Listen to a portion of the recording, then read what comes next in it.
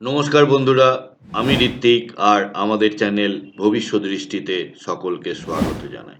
আজকের পর্ব রথযাত্রা নিয়ে। রথযাত্রার দিন কেন এত শুভ বলে মানা হয়?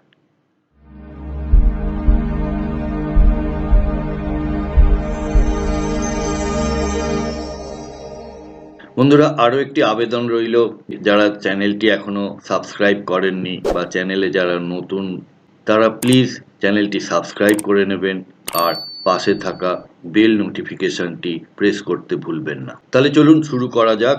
এই একটা বিশেষ দিন, যেদিন প্রভু জগন্নাথ পুরীর রাজপথে নামেন তার মাসির বাড়ি যাওয়ার জন্য। আপনি কি জানেন যে রথযাত্রা শুধুই এক ধর্মীয় উৎসব নয়, এর পেছনে আছে গভীর জ্যোতিষ ও আত্মিক রহস্য? রথযাত্রা কবে হয় আপনারা কি জানেন? রথযাত্রা প্রতি বছর আষাঢ় মাসের শুক্লপক্ষের দ্বিতীয়া তিথিতে হয়।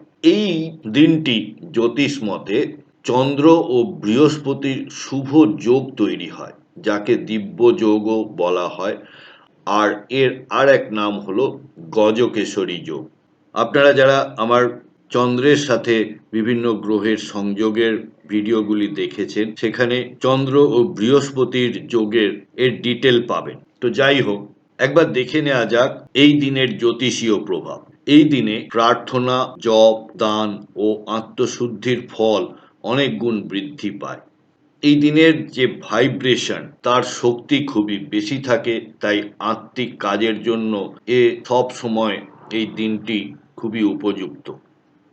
রথ মানে শুধুই রথ নয়, এটা আমাদের জীবনের রথেরও প্রতীক, যা কিনা এগিয়েই চলে। তাই প্রভু জগন্নাথ আমাদেরকে শেখান যে ঈশ্বরের ইচ্ছা মেনে চললেই জীবনে শান্তি আসে।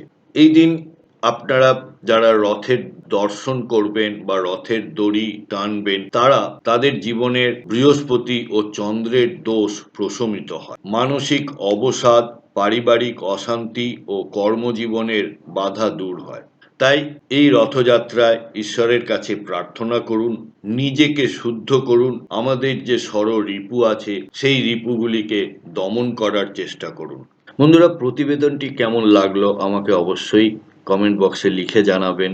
আর যদি কোনো সাজেশন থাকে অবশ্যই সেটিও আমাকে কমেন্ট বক্সের মাধ্যমে জানাবেন। যদি ভিডিওটি ভালো লেগে থাকে তাহলে অবশ্যই একটি লাইক করবেন, শেয়ার করবেন এবং সাবস্ক্রাইব না করা থাকলে সাবস্ক্রাইব করে নেবেন। এই বছরের রথযাত্রা পড়েছে 27শে জুন 2025।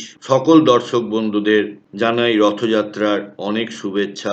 সবার জীবন যেন শান্তিতে ভরে ওঠে, প্রভু জগন্নাথের কাছে এই প্রার্থনাই করি। সকলে খুব ভালো থাকবেন। জয় জগন্নাথ। সাথে থাকার জন্য অনেক ধন্যবাদ।